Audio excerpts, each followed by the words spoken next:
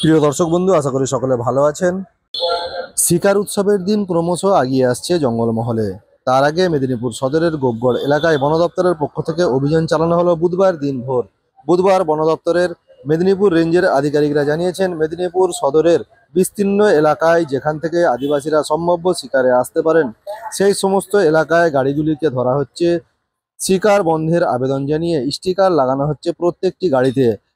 বিভিন্ন গাড়ির number, phone number সব সংগ্রহ করা হচ্ছে। একাধিক পদ্ধতি অবলম্বন করা হচ্ছে শিকার উৎসবে যেন এই সমস্ত গাড়ি কখনো না আসে বা শিকারীদের না নিয়ে আসে, সেই বিষয়ে অবগত করে দেওয়া হচ্ছে।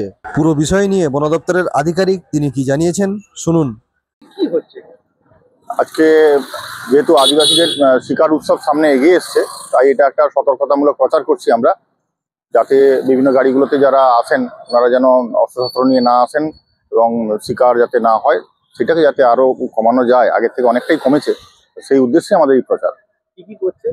স্টিকার চেটাচ্ছেন আর কি?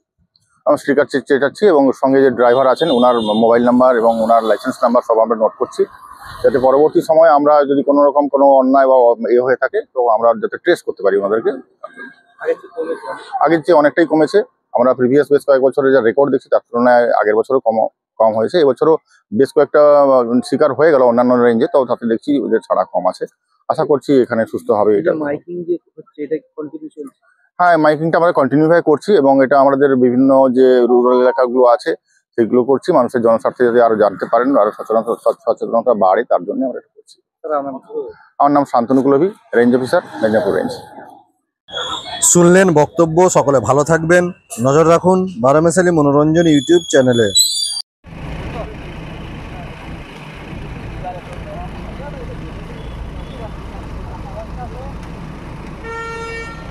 साइड पे गाड़ी चला साइड पे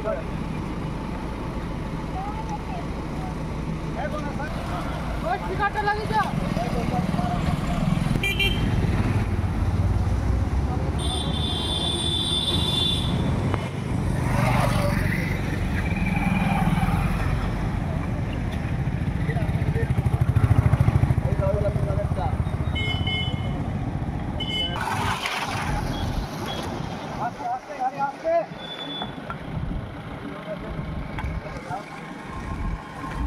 বল ভয় নেই।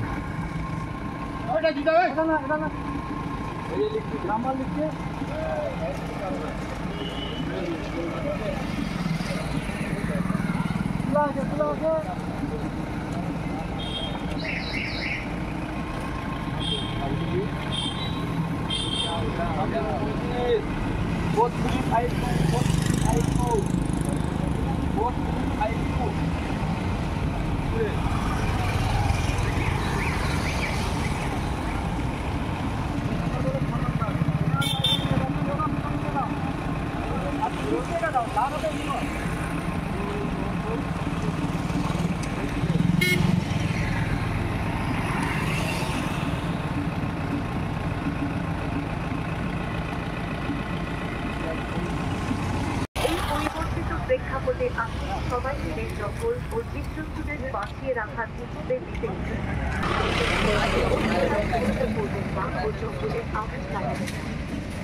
ভারতীয় বন্যপ্রাণ সংরক্ষণ আইনে 1972 সংক্রান্ত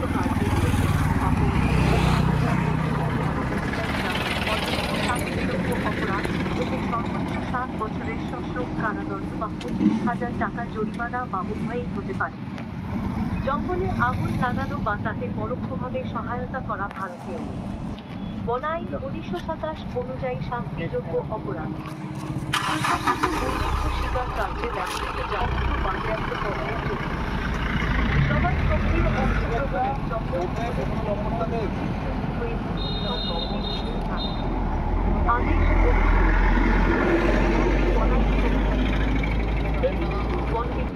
এটি একটি দণ্ডনীয় অপরাধ। वन्य प्राणी का शिकार ना करें, ये एक दंडनीय अपराध है। बीरजियाली आलोपे सेद्रा कवा नवादा डाटमन्ना कियो। Do not hunt wildlife.